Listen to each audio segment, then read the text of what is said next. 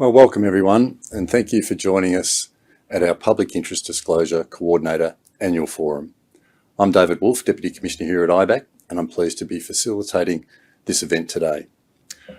Firstly, I'd like to acknowledge and pay my respects to the traditional custodians of the lands that we're all on and meeting on today.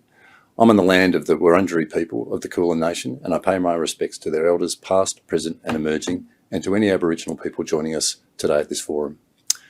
So we have around 250 people participating in the forum, with representatives from across all parts of metropolitan and regional Victoria, and including participants from the health and education sector, emergency services, regulators, local governments, and the legal fraternity.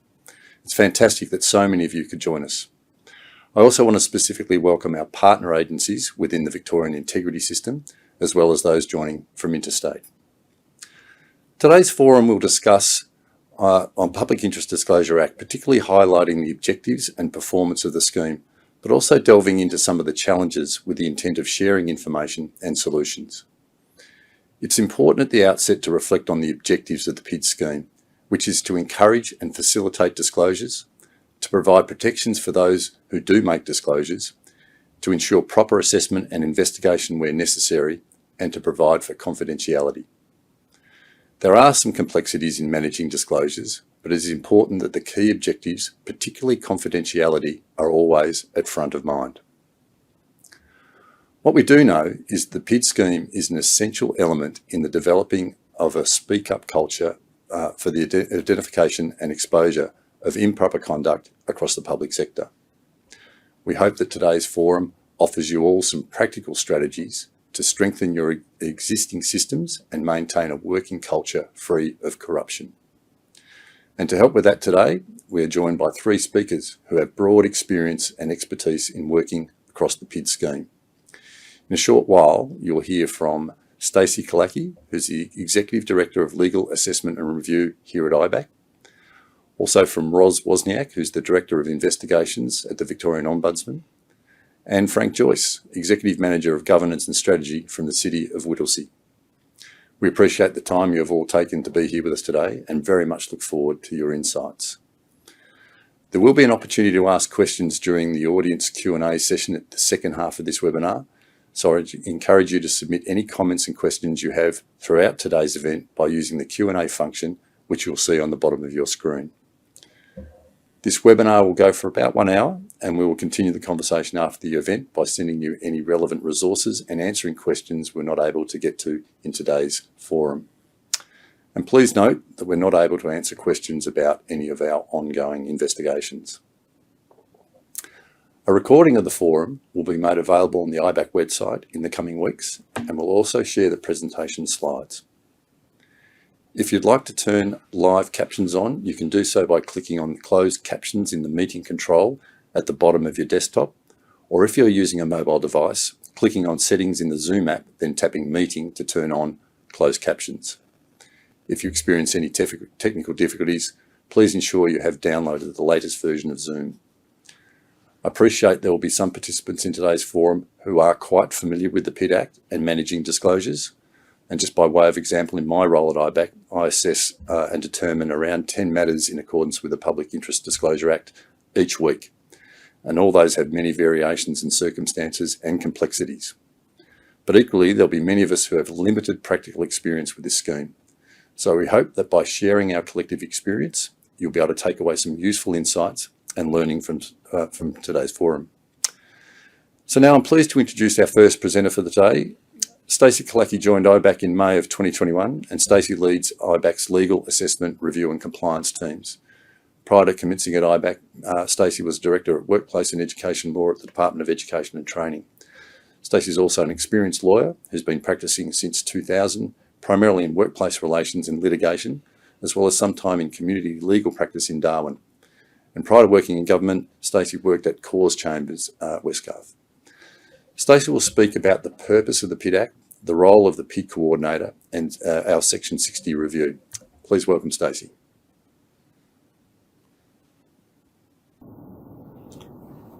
Thanks, David. Next slide, please. So at IBAC, we are Victoria's anti-corruption and police oversight body. One of our key purposes is to prevent and expose public sector corruption and police misconduct. But another very critical function that we perform, and which is the topic of today's presentation, is the assessment of all public interest disclosures that come into IBAC. We determine whether there will be a public interest complaint or not, and that is a function that we perform in addition to all our other prevention and education functions around the PID Act. The purpose of the PID Act, as David alluded to, is really to provide a critical framework for disclosures and who can receive, investigate and assess those disclosures. Protections to people who make disclosures and building a culture of integrity and providing confidentiality so that people feel free to speak up about what's going on in their workplace or more generally about things that they see that involve public sector agencies is a really important part of the integrity framework. The Public Interest Disclosures Act provides for the functions and powers of IBAC, and some of those are what I'll talk about today, including the Section 60 PID reviews. But firstly, I want to acknowledge the important role of PID coordinators. We work with PID coordinators when we're assessing public interest disclosures. The PID coordinator plays an incredible role in educating organisations and staff within those organisations about the PID scheme. They receive and can notify IBAC about their disclosures, and often they play a very important role in managing disclosure welfare. What we wanted to talk a bit about today is about the assessment process. So when IBAC receives a disclosure, it comes into one of my teams. So the assessment and review teams that sit within our division will receive the disclosure and assess it. I can come back to that a bit later. Firstly, however, I wanted to talk a bit about some of the data because I think everyone loves data, and particularly about how many complaints we receive and how many of those are notifications under the PID Act. Now, important thing about this first slide is it goes sort of in reverse date order. So starting with the most recent data first. What this slide shows you is that IBAC has continued to receive increasing numbers of complaints, quite significantly. So between 2019 and 2021, 2022, we've had almost a 54% increase in complaints that we're receiving. We consider all of these complaints under the PID Act. What the slide also shows, however, though, is notifications under the PID Act. So those are notifications we're receiving from agencies who can receive PIDs, has remained steady. And so one of the considerations is that a case that people are making their complaints more directly to IBAC? Does it mean people aren't making complaints? Or is it that there is nothing to complain about? And so I think PID coordinators play a really important role in educating staff and their organisations to build that speak up culture. Next slide. Thanks, Nat. This slide talks about the notifications specifically. So there are two ways that notifications often come into IBAC. One is through the IBAC Act, so Section 57 notification. Now, Section 57 requires organisations to notify IBAC of suspected corrupt conduct. That is a separate process from notifying IBAC of a public interest disclosure. When you look at this data, you can see that between 2019 and 2021, the Section 57 notifications has remained relatively steady. Unfortunately, there has been a decrease, at least from what we're receiving, in public interest disclosures that we have received. It's only a small decrease, but I think there is further work to do to get out there and educate people about their rights and the protections that apply to making a disclosure, which is very important. Next slide, please, Nat. What we also just wanted, I guess, bring to your attention today is a public interest disclosure that when you are receiving disclosures or you're looking at matters that are happening within your organisation, some of the key issues that you should be aware of. These are matters that will often give rise to improper conduct. So under the Public Interest Disclosure Act, improper conduct is one of the key elements as to what gives rise to a disclosure, and the threshold is relatively low. But what these show is as public interest coordinators, you should be looking at allegations of improper influence and awarding of contracts. There are some high-risk public sector agencies. So these are agencies often where there's high-value projects. What we see a lot of is management of grants and grant money, because allegations of improper conduct can come up quite often in that space. Similarly, with conflict of interest, both in procurement and investigations, and also recruitment. These are all critical issues where we see public interest disclosures often being made. Excessive use of force is another element, and what is also sometimes really important to be able to identify is access to information and its misuse. So these are just some issues when you're a PID coordinator and you're considering allegations or complaints that have come before you, whether the content of the complaint gives rise to something which might mean an improper conduct allegation is made out. Next slide. As I started to allude to before, I wanted to talk a bit about the assessment process. So when IBAC receives a notification from a PID coordinator or from an agency, we will consider all the information that's given to us. Often, we will call the agency or the PID coordinator to request further information. That's a really important part of us being able to make a proper assessment. But some of the things that's really important from your part as a PID coordinator is if you have a question about whether something might or might not be improper conduct or something that gives rise to a disclosure, we really want to encourage people to reach out and contact IBAC and ask those questions. You can contact, there's a number of staff, there's directors, there's team leaders and managers, and we have now a triage team that can triage and prioritise matters. Similarly, when you are sending in your notification, making sure that IBAC's aware if it needs a priority assessment. And this is really important if you have welfare concerns or there are other urgent matters that you think that IBAC needs to be aware of to make sure that we can assess your matter as quickly as possible. The other element that I wanted to talk about today is IBAC. Under the IBAC Act, we have obligations or rights to commence a PID review. So for every entity that can receive disclosures, one of the things that the PID Act requires is that you have procedures to facilitate disclosures, handle those disclosures and manage notifications. So this year we are commencing a review under Section 60 of the PID Act. Part of the review will be to look at whether your procedures are consistent with the legal obligations set out in the Act. The purpose of the review is to really help entities so that we can have a robust PID scheme. We can help identify gaps, suggest areas for improvement, and help build that robust culture of integrity. Thanks, Nick. When we're looking at procedures during the review, we will engage with you actively about what the review's finding, whether you need to amend your procedures or whether we can make suggestions about how the PID Act could be better reflected. We want to look at how you inform employees about how they make disclosures. Is the information you're providing about the protections that will apply clear, easily understood? Is there adequate information or any information about the welfare supports available to disclosures? So this is a process where we want to work with you and have a look at all of your PID procedures. Thanks.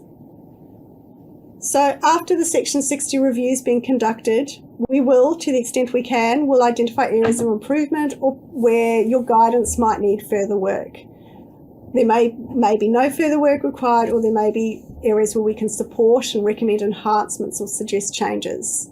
We also want to work with you to provide better guidance to each organisation in the making of PIDs. Thanks, Nat.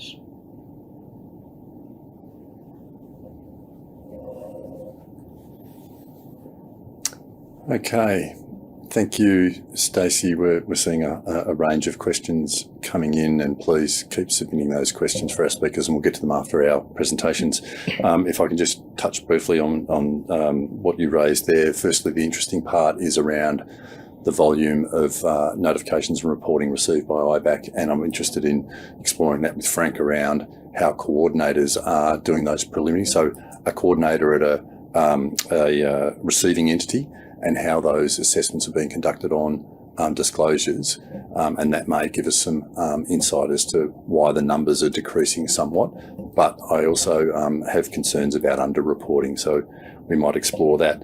But importantly, in the review that you've just alluded to, Stacey, I think it's important that we say up front that this is about improving the system. We'll be looking for material from agencies and working with those agencies to provide information back around better practice in the PID regime, and it really should be seen as a positive experience. And I think one of the important things as well is our findings in respect to each agency will be done in private. That's absolutely correct. Okay. I'd like to now introduce Ros Wozniak, Director of Investigations at the Victorian Ombudsman. Ros was a former New South Wales Police Force Detective Senior Sergeant, having spent 25 years in investigations and operation management roles across the private and public sector. Ros plays a key role in the receipt and assessment of PIDs and investigation of PICs. So here we go, acronym city again. And in that role, Ros has regular communication with IBAC. Please welcome Ros Wozniak. Thank you, David. And good afternoon, everybody. It's very nice to be here and have a bit of a chat to you about the Victorian Ombudsman's role in the public interest disclosure scheme. And there are two distinct areas of our role that I would like to speak to you about today. So next slide, please. Thank you. So the Victorian Ombudsman is a receiving entity as defined by Section 13 of the PID Act. And we receive information about various public sector bodies or people within those bodies. There are some areas or some organisations we can't receive information about, and we consider those to be misdirected disclosures, and the IBAC and the Victorian Inspectorate, for example, might receive those types of complaints instead, or disclosures instead rather. But if we are able to receive information, and bearing in mind that the PID Act tends towards a no wrong door approach, we take that information and we do a preliminary assessment, and that is different from the assessment that the IBAC obviously makes in its role as the body that determines whether this information is ultimately given the status of a public interest complaint. The officers in my team, so the investigations team at the Victorian Ombudsman, conducts this particular type of assessment, and we use a checklist to do so. And there are various elements of the information that we conduct that preliminary assessment upon. It's important to note that we can't make inquiries at this stage. The legislation does not provide the access for us to do so. However, we can make very limited inquiries with a disclosure. So what can happen operationally at the Victorian Ombudsman, for example, is our early resolutions team or intake area may receive some initial information. It makes its way to my team. Potentially that phone call could be a warm transfer, and we can deal with that information directly there and then. Occasionally we need to do a callback, and so this is where my team might get in touch with a discloser and attempt to get further information about what it is that is being disclosed. We make that assessment over the course, or we have 28 days in terms of our statutory obligation to make a referral or to determine that information does not meet the threshold of a public interest disclosure. From a practical point of view, our assessment may take days or weeks, and that depends on the complexity of the information. And then we refer this information to the IBAC along with our assessment. And we found over the last few years that providing our assessment to the IBAC is helpful in, showing our workings out on the information that we've received. And then the IBAC determines whether this information from the Victorian Ombudsman meets the threshold for a public interest complaint or otherwise. And I've just included on my slide there a little bit of information about the last financial year's statistics. And last financial year, and I might note that it's pretty similar numbers to the year prior, so we haven't seen a drastic increase or decrease in the last couple of financial years. We've had 214 PID assessments that we've conducted within the investigations team, and those concerned 469 potential allegations. And of those assessed matters, we referred 110 to the IBAC, and those matters concerned 248 allegations. Now, in the loop that I've described that occurs between the VO process and the IBAC process with respect to the public interest disclosures, the IBAC referred 106 public interest complaints back to the Victorian Ombudsman for investigations. Now, it is important to note that the IBAC may refer PIC matters to other bodies depending on the nature of the information, but in last financial year it deemed 106 pertinent to refer back to the Ombudsman, and those matters contained 243 allegations. If I could have the next slide, please.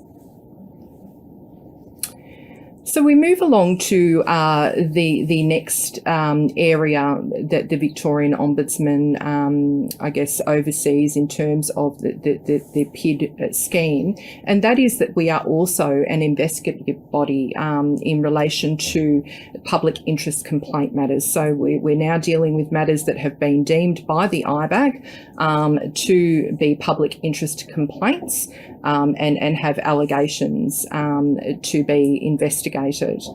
So Section 15 of the Ombudsman Act determines what VO may do with a public interest complaint matter that's referred by the IBAC, and the Ombudsman Act speaks to the fact that the Ombudsman must investigate PIC allegations unless there are certain things that apply, and those things might be that the allegations are already under investigation by another body, for example. So the Victorian Ombudsman has 45 days to assess and make inquiries. So we do have an inquiries power now that the matter has been determined as a public interest complaint. And interestingly, that particular provision came into effect in 2020, January 2020. Before that, the Ombudsman had to investigate and notify of a formal investigation. And so now we have a little bit more breadth with which to deal with these particular matters that the IBAC refer over to us. And this is the part, I guess, for you as public interest coordinators.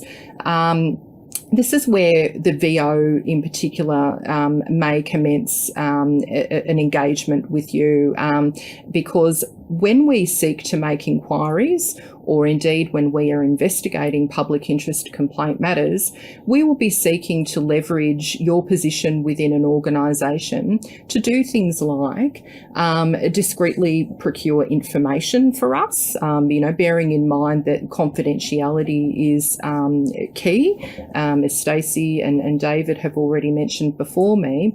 It's really important for the Victorian Ombudsman to ensure that the details of the disclosure and the details of the disclosure are not unwittingly identified.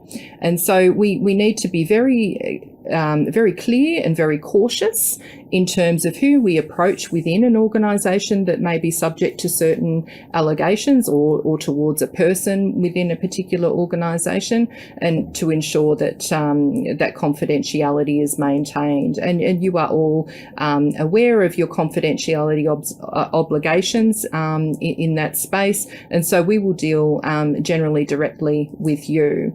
And we seek to have, I guess, a collaborative working working relationship with you in that space, and we invite any questions that you may have of us. No questions are silly questions. The only silly questions are those that don't get asked, and assumptions are made, I think.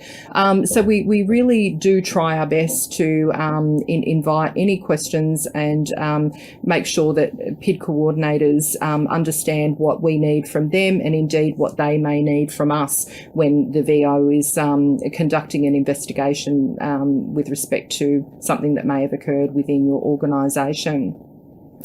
I've just noted there that welfare considerations are really paramount, and I think that is important for us all to note, and that the welfare of all people concerned, including yourselves as PID coordinators, is sometimes you're navigating some pretty interesting territory when you're having inquiries or, responding to a summons, for example, which is, one of the Ombudsman's coercive powers that may come into play. So it's important to discuss with us any welfare considerations that you may personally have, and then for you to also consider welfare considerations within the context of people that are being inquired about or investigated, and indeed if you have become aware of who the discloser is, because potentially you may have had an approach by the discloser, it's important for you to consider what the welfare needs are of that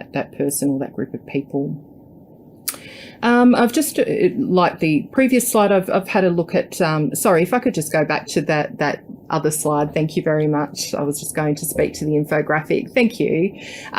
So we finalised last year 105 public interest complaints and concerning 218 allegations. And we did that a couple of ways, as I spoke to before. We finalised 26 through formal investigation, and we finalised 179 of those using our inquiries powers. Thank you very much. Next slide, please. In terms of some common themes that we see with respect to matters that are referred as either PIDs or PICs, indeed, is nepotism in recruitment, misuse of confidential information, manipulation of procurement processes, excessive use of force in prisons, and the misuse of financial delegations and other public funding concerns. So thank you very much. That's it from me. Wonderful. Thank you, Ros. That was fascinating insight as to how the VO goes about acquitting responsibilities under the PID scheme. Two things struck me. Firstly, where you mentioned in the referrals coming across to IBAC for assessment, the fact that you include your own assessment. So 110 matters came across to IBAC with that assessment attached to it, with 106 we agreed with and sent back as public interest complaints. So it's interesting that that analysis and thinking really does help us to assess the matters on an individual basis as well. And it might be something that receiving entities can think about when a disclosure is made, instead of just packaging it, sending it straight to IBAC, perhaps doing that initial assessment yourselves. And that might help determine whether it meets that threshold as well. The other point that I think is really important around confidentiality, but also welfare, not only of the disclosures, but all those that are party to the PID scheme process, because it is and can be quite a difficult process. I'd now like to introduce our final speaker today. Frank Joyce is Executive Manager, Governance and Strategy at City of Whittlesea. Frank has a passion for making a positive difference to local communities through leadership, strategy and responsive service provision that meets community needs. He's worked in local government for 27 years in a range of management and executive roles across community services, corporate services and governance. He's currently the Executive Manager of Governance and Strategy at the Council and leads governance, risk, corporate planning, legal services, research and analytics. As part of the role, he's also the Council's Public Interest Disclosure Coordinator. Frank has a Master of Enterprise and is a graduate of LG Pro's Executive Leadership Program and the Australian Institute of Company Directors. Frank will be speaking to us today on how the City of Whittlesea raises awareness and deals with PID disclosures. Welcome, Frank. Thank you, David. So yes, I've got just a couple of slides to go through and really wanting to cover off on the key considerations as a public interest disclosure coordinator or officer, some scenarios in local government that might be considered in whether or not a PID needs to be submitted, and also just some resources that are available. So I might move on to the next slide. So as mentioned by our previous presenters, it is really important that as a public interest disclosure coordinator that you raise awareness across your organisation. And so ways that we've raised awareness at City of Whittlesea is we obviously have our Public Interest Disclosure Act 2012 procedure, and we have that available on our intranet and also externally on our website, so the community can have access to that. And we link that very closely with our complaints process. So from the community's perspective, if they're going into lodge a complaint, they can also understand what it is, if it potentially could be seen as a public interest disclosure, and what the process is to raise that with myself or one of the officers involved. We also have a number of other policies which very much link to the public interest disclosure. So our gift policy, our conflict of interest policy, our fraud and corruption policy and plan, as well as our complaints policy. And so while we're reviewing those across the year, we use this as an opportunity to run training and information sessions on all those elements, but also letting people understand what the role of a public interest disclosure is and what a public interest complaint is.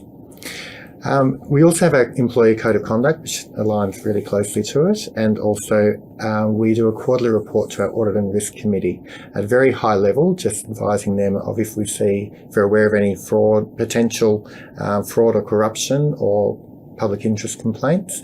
And we don't give the details, of course, but we just give them an understanding of how we're managing that, so they've got the confidence that we're on top of it, and also considering any themes that might be coming out relating to the conduct of our staff and officers.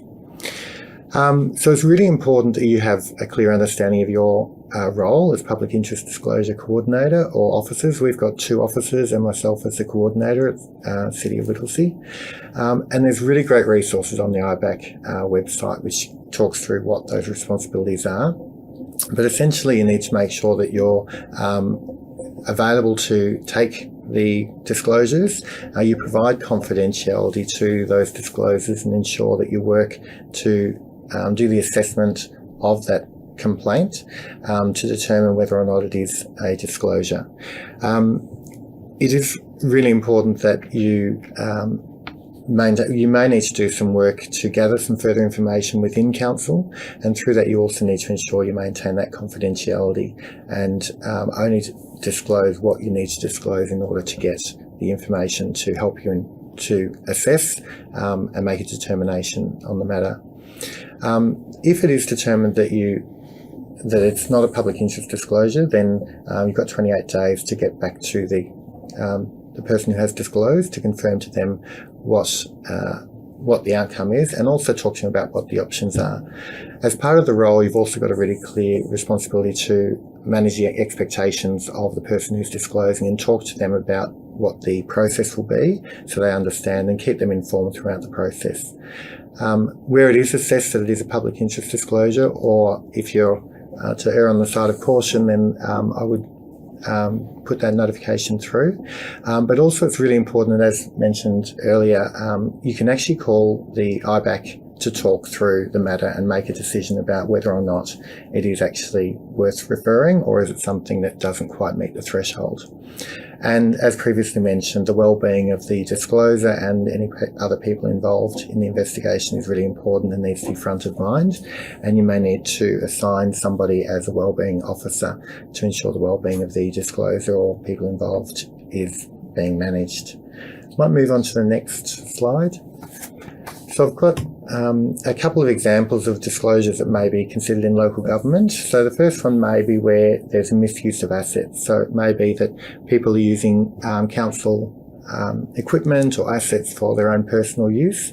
So this could be an example where somebody is using council vehicle outside for personal use, or using equipment from the office or from the depot or so forth for their own personal use, rather than actually adhering to the code of conduct, and also where it could potentially be seen as fraudulent if you're getting personal gain from misuse of personal assets, of council assets. The next photo. So this is an example. This might be an example where people potentially with planning matters or working with developers may be seen to be misusing their power or the information to try and get a better deal for themselves or a family member in relation to property or so forth. So we have had, there may be circumstances where we need to disclose that if that's seen as, and investigate that if that's seen to have something that's occurred within council. The next photo, so recruitment practices, as previously mentioned, is another key thing. So where people haven't, we have an example where we've had somebody who's been sent to PD for a role by the hiring manager. They've had a personal relationship that's been investigated and seen that a conflict of interest process wasn't adhered to. So there may have been inappropriate use of recruitment and nepotism. So they're things to be considered of, and ensuring that there's really thorough conflict of interest protocols around recruitment and ensuring non-bias in recruitment processes. Another item is potentially under procurement and contracts, so where information may be going out to bidders or people who are tendering for a contract, and especially if there's a leak of confidential information, or if they're given any bias in that process because of personal connection, that could potentially be that would be a public interest disclosure. So yeah, or where information might be provided so that a tenderer can undercut prices to be in favour for that contract. The last thing is just in relation to complaints. So we do get quite a number of complaints which might come through that we do determine aren't public interest disclosures. So they're the examples where people might be very unhappy with getting a parking fine or so forth, and they've disputed it, and we say, well, that's not really corrupt conduct. That's just where they're not satisfied with an outcome. So we talk to them about referring that through to the complaints resolutions process, and that's then managed through an internal review outside of the public interest disclosure process. The next slide. So just in relation to support for the public interest disclosure coordinators and officers, there is really great, this is just a screenshot from the IBAC website, but there's really fantastic guidelines and advice there and information sheets.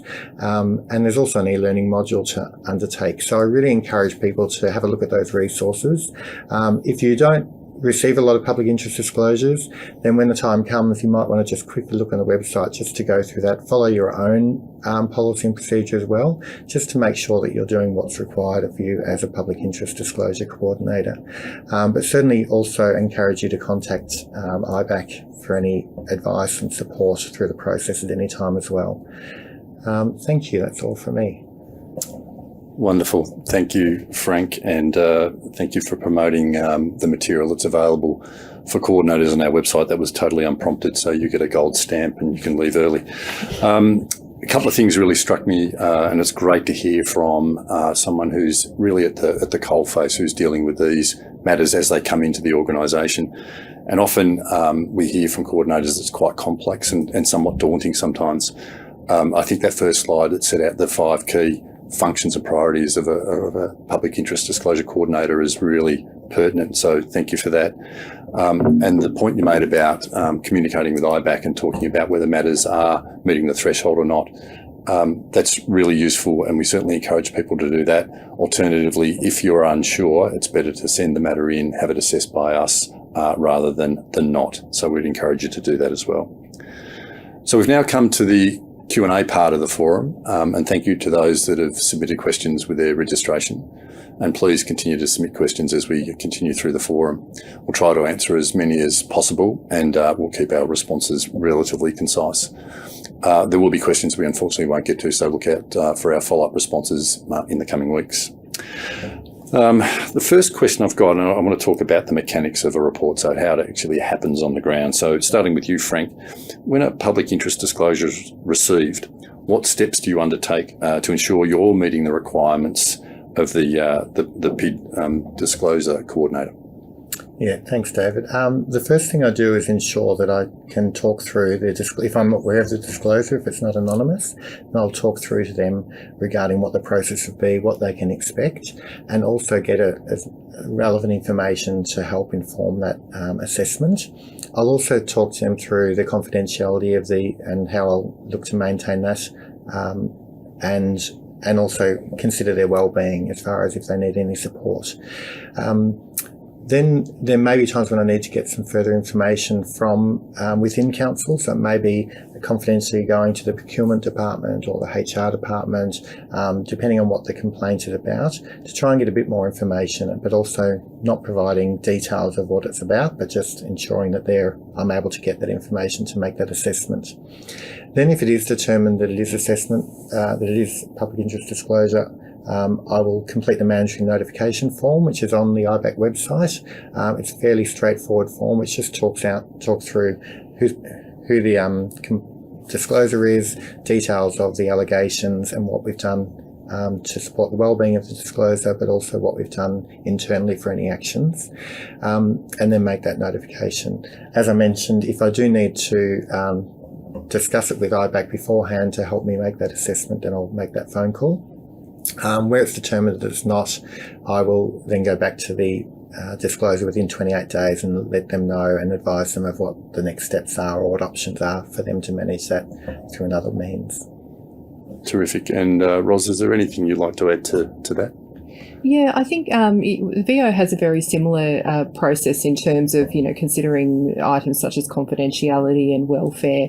But as a receiving entity and also, I guess, an investigation entity, should the IBAC return a positively assessed public interest complaint, we consider various things in our assessment, as I mentioned in our talk before, and some of those things are, whether we believe the disclosure has a reasonable belief associated with the information that they are providing to us. We look at the time frame associated with when this person became aware of the information and when they are disclosing the information to us. We generally consider a time frame of 12 months unless there is other reasonable explanations for a delay in the provision of that information.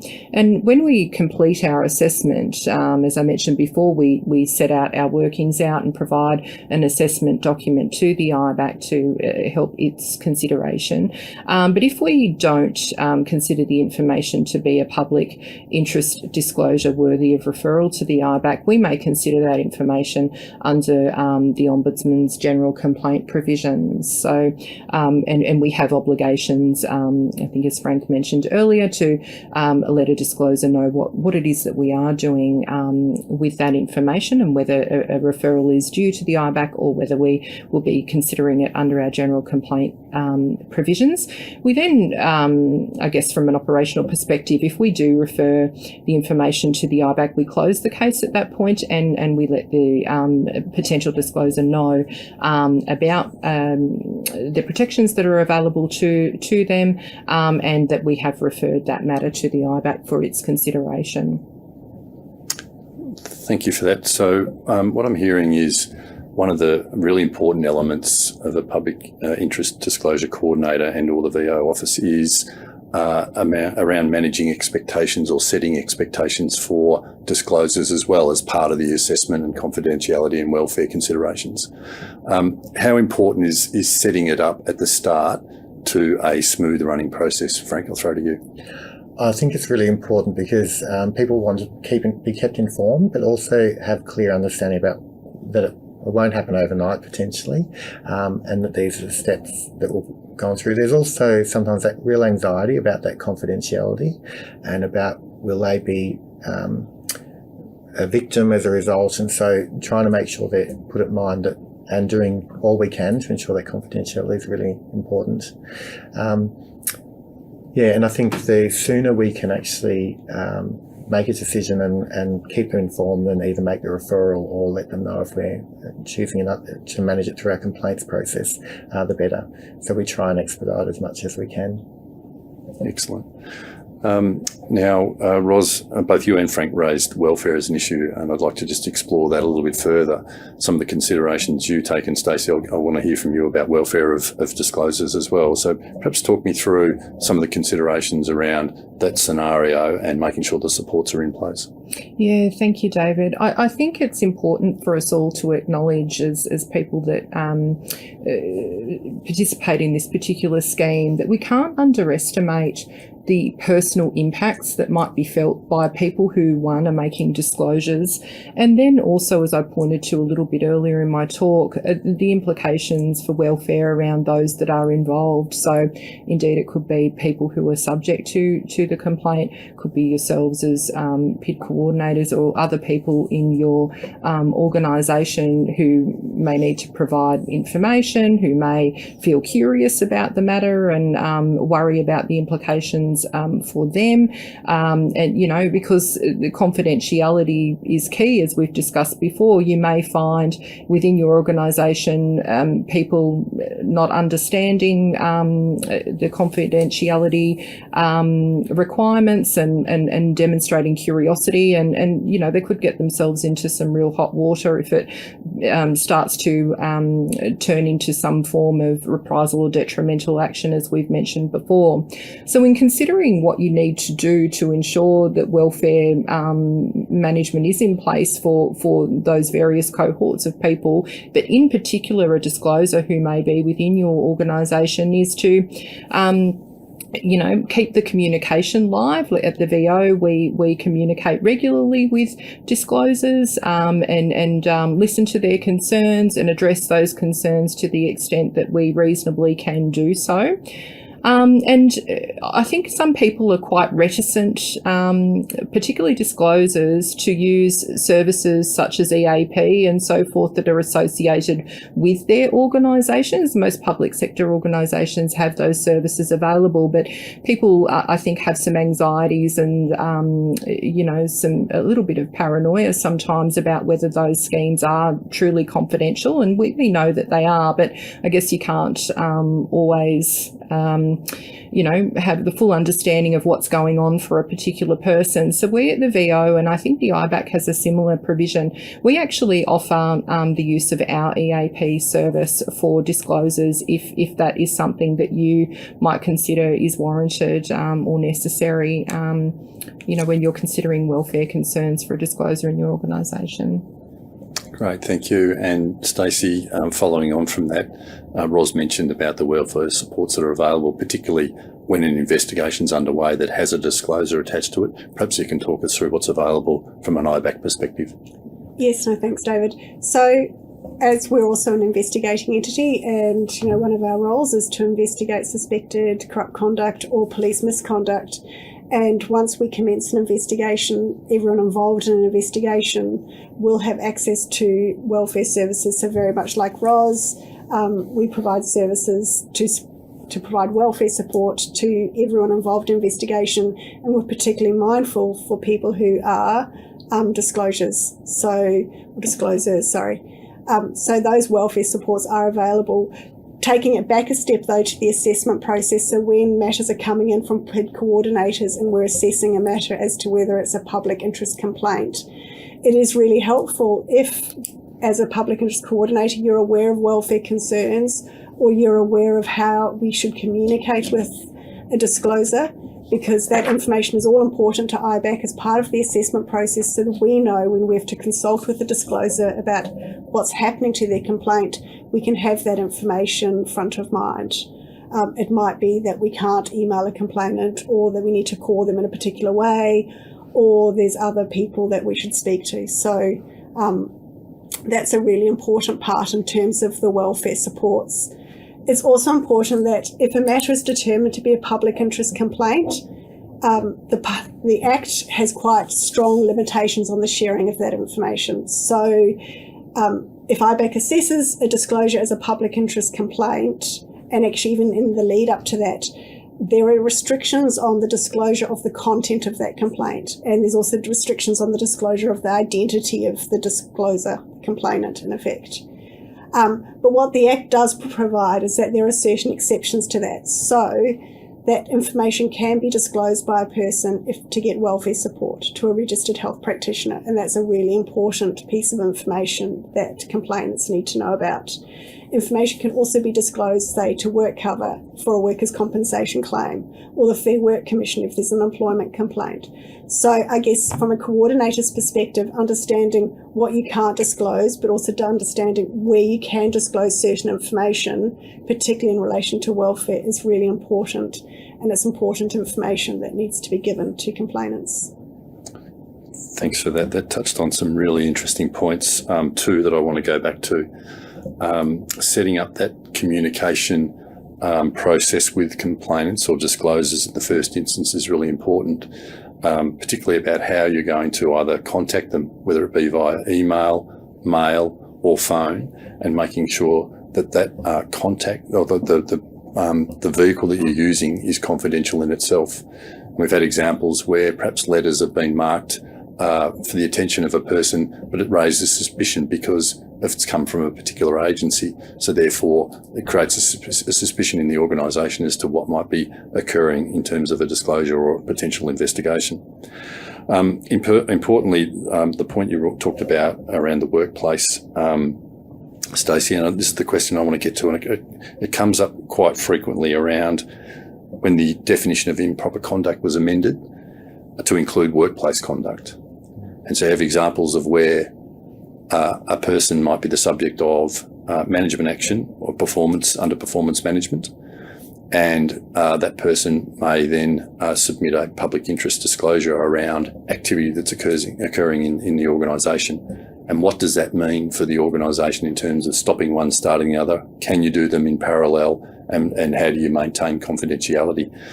It arises quite frequently, and perhaps I'll go to you, Frank, first. And have you thought about that, and what's the process within the organisation when it occurs? Yeah, it is really challenging, and it obviously needs to be considered on a case-by-case basis. One of our public interest disclosure officers is one of our HR staff, which is quite good as far as they're often aware of something that's happening in that space. We would certainly make sure they're separated out and then look at whether HR continue with that the conduct matter. But we certainly separate out the disclosure and maintain that confidence. But it is challenging. Indeed. And Ros, you would perhaps see more examples of this than most organisations. Yeah, we do, David, and it's a very tricky landscape to be navigating. I think it's really important to create, as far as possible, that sterile corridor between the two things that are occurring, the employment or performance or conduct management process that's occurring between the employer and the employee, and then obviously the public interest complaint matter. And that is probably easier said than done.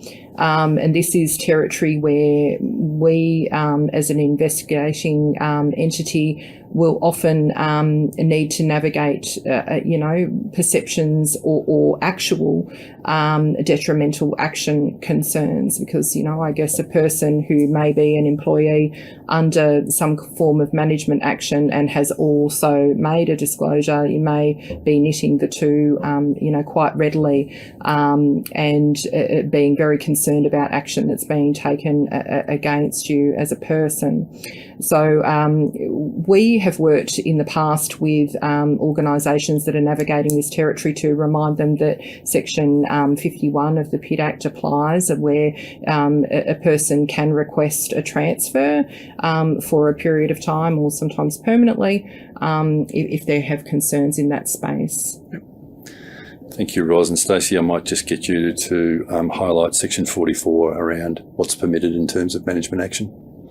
Yes, so it is permitted for an organisation to continue with management action as long as it's not part of obviously the public interest disclosure or the public interest complaint.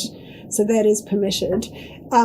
in doing so, I mean, obviously we need to be mindful that there is no action taken which is detrimental action for the making of a complaint. So that needs to be front of mind for all of any management action, is that it isn't a reprisal or associated or attached to the making of the complaint by the complainant. But certainly management action is permitted and available should that be sort of in existence or arise as a result of in relation to the complainant, the disclosure. Thank you very much. Again, really interesting points covered off. The question and answer is really valuable, I think, for everybody in terms of sharing ideas. So thank you all for joining us today, and a big thank you again to Stacey, Ros and Frank, and all the attendees and organisers for your contribution to today's forum. Before we wrap up, I would like to mention that we will send the links to the resources mentioned throughout this session, as well as the slides and recording of today's webinar. So keep an eye out for that in your inbox. To keep updated on the latest publications and information from IBAC, you can also subscribe to our e-newsletter Insights or visit our website. And we also regularly share updates on social media via Twitter, LinkedIn and YouTube, so check those out as well. And finally, as this forum comes to an end, you can exit Zoom, the webinar, and you'll see a link to complete a short feedback survey to help us plan future events. And we take these feedback surveys very seriously and really do appreciate your thoughts, which will help us improve on forums in the future. We look forward to seeing you again at future IBAC events, and thank you very much. Bye for now.